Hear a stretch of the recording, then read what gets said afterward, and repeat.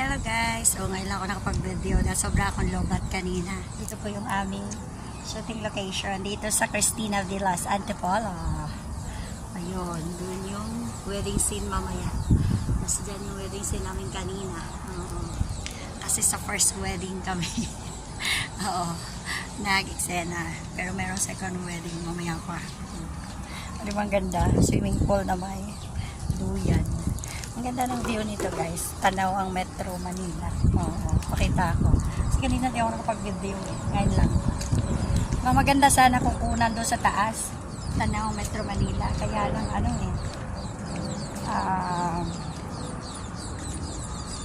Ayun oh, ganda oh. Tanaw ang Metro Manila. Ang ganda. Ang ganda ng view. Ayun. Ayun, may mga cell site pa doon. Ewan ko ano yun. Mas maganda kunan sa taas, kaya lang wala nga akong ano kanina, wala akong battery, kaya late na ako nakapag-video. Ito katatapos namin mag-lunch. Talaga may dala pa akong party pouch, kompleto, nag-video.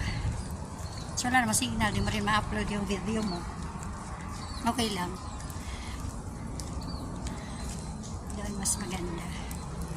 Ayan dito. Talagang ano, full video ang gagawin. Hagdanan, nakita yung umakit mo, may madulas ako, basa kayo. Ang lakas ng ulan at hangin dito kanina. Kaya hindi agad natapos yung aming eksena dahil sa ulan at hangin. Nadulot ng bagyo. Nasabi nila may bagyo daw today. Ewan ko kung totoo, hindi ko alam. Wala akong alam sa balita. Ano, ganda talaga ng view. Mas maganda ang tanawin pag doon sa itaas. Mamaya, pag may time, mag-video pa ako ulit doon. Dito lang muna ako sa pool. Tatapusin. Tingnan nga natin yung pool rules nila. Nang malagdagan. Ayun. Yan ang pool rules nila.